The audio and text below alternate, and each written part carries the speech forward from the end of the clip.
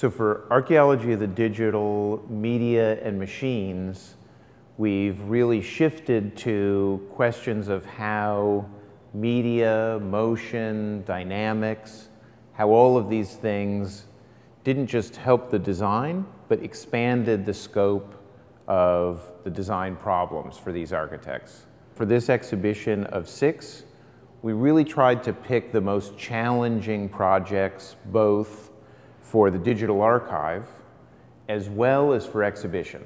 So all of these projects involve some challenges and questions as to bringing them to life in a gallery, as well as how to enter them into an archive and deal with them at a technical level. So here in Asymptote's virtual New York Stock Exchange, this is an example of the stock exchange going to an architecture firm and asking them to help imagine how information would be experienced and presented in the control booth for the trading floor. They started with the existing trading floor, and in a way that would almost anticipate augmented reality, they started developing a new virtual booth system that could exhibit data and show changes in that data through motion, through color, and through geometries. Symbols like heat maps and alerts could help the people responsible for controlling the exchange anticipate if there were going to be problems or any kind of catastrophes in the exchange. It also helped them monitor for irregularities in the way things were traded. The project began with the existing trading floor.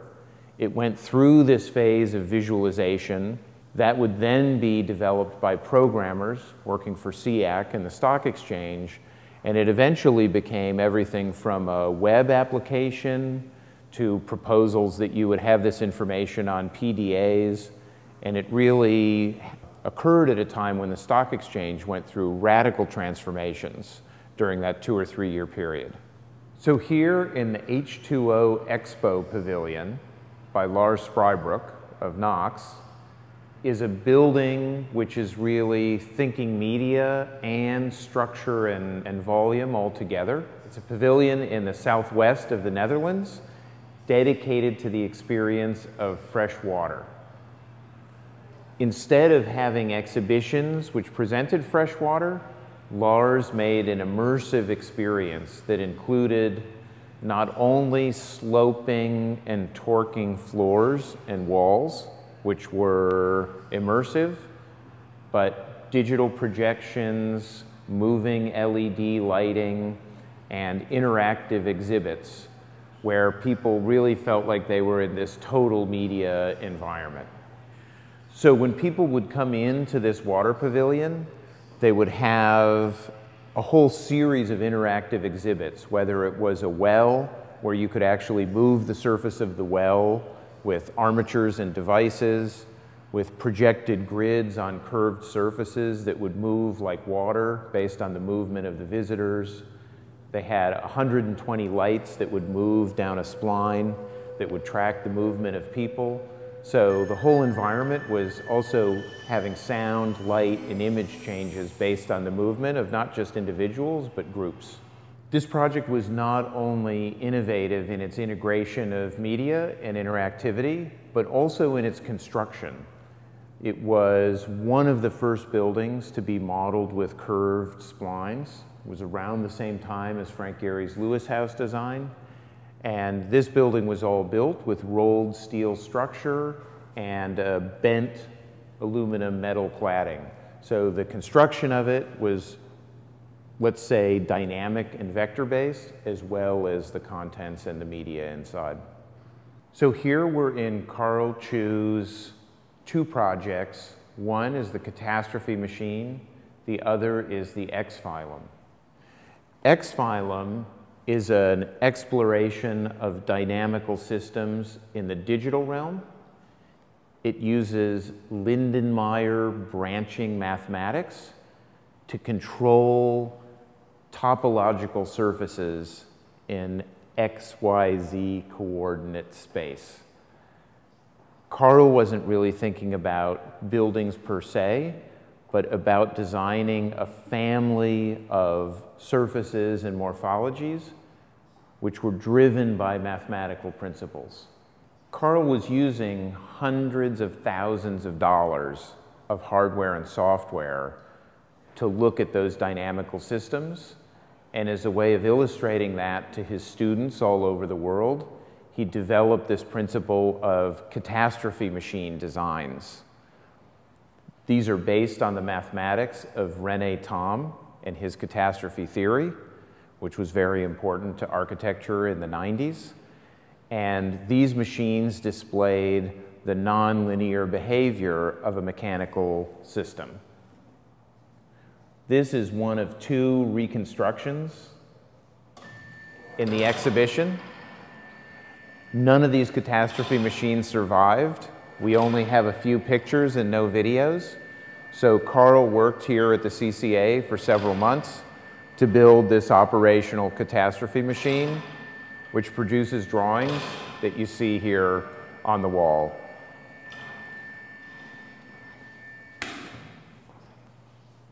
So here we're in Bernard Kesch's room for the objectile wall panels.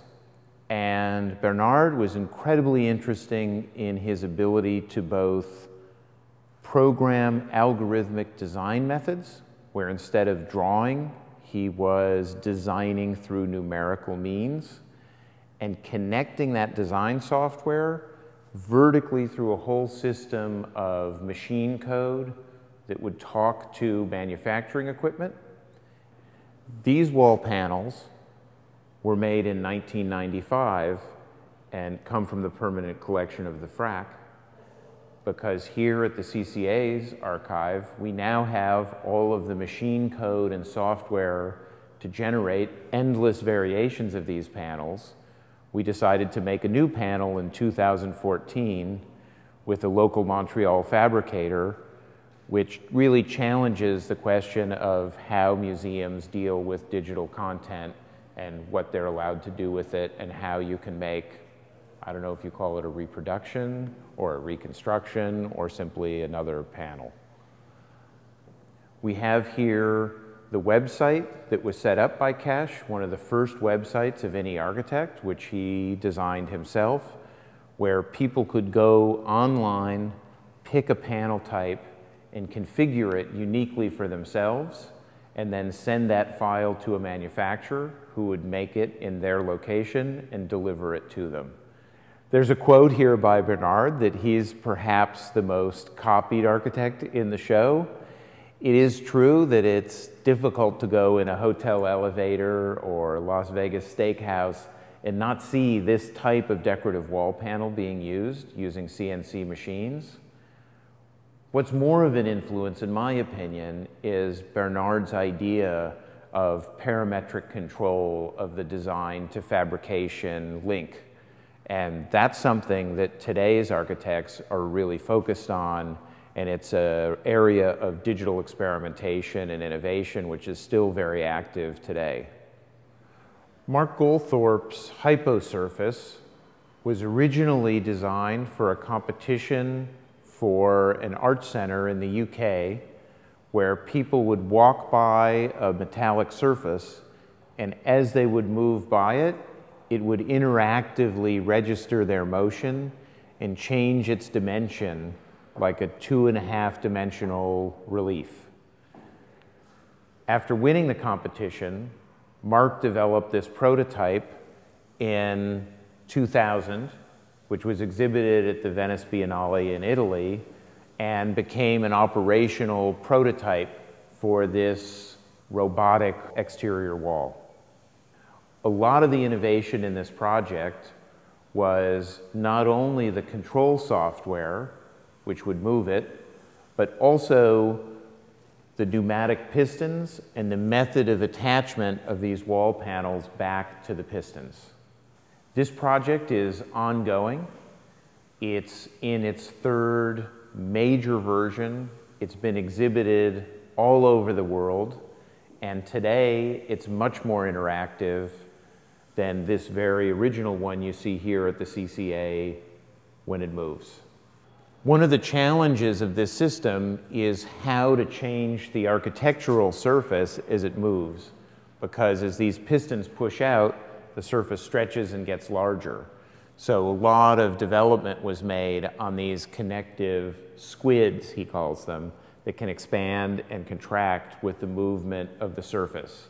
And the various iterations of those connectors are here at the CCA in the archive, as well as many studies of different skin alternatives that would allow this to expand and contract and change shape dynamically. So we're here in Cas Oosterhuis's NSA Muscle. Cas decided to make a soft robotic structure. It's built of an inflated membrane which is tensored together with festo muscles. These festo robotic muscles contract under pressure and stretch when they're relaxed, and this diagonal grid of muscles is capable of moving the pavilion and making it interact with visitors. There are a series of sensor discs which react to proximity and motion of people, as well as having a button that people can push to activate specific motions. And based on the movement of crowds and individuals, the pavilion moves and makes sound. A software called virtuels is capable of triggering preset motions and sounds based on this sensor input. So in software, they were able to design not just the form, but also the behavior of the muscle. Media and machines is, to me, very provocative. I hope it's not just provocative to historians and theorists and archivists. I hope it's also challenging to contemporary architects, because here the problems of experience and sensation and how we move through a world that's saturated with media and images and technology was really embraced by the architects. This isn't just about how to use a robot to cut a building component or weld a piece of steel. This is about how to bring media into everyday life and think through it critically as an architect to change what we think of as a building and an environment.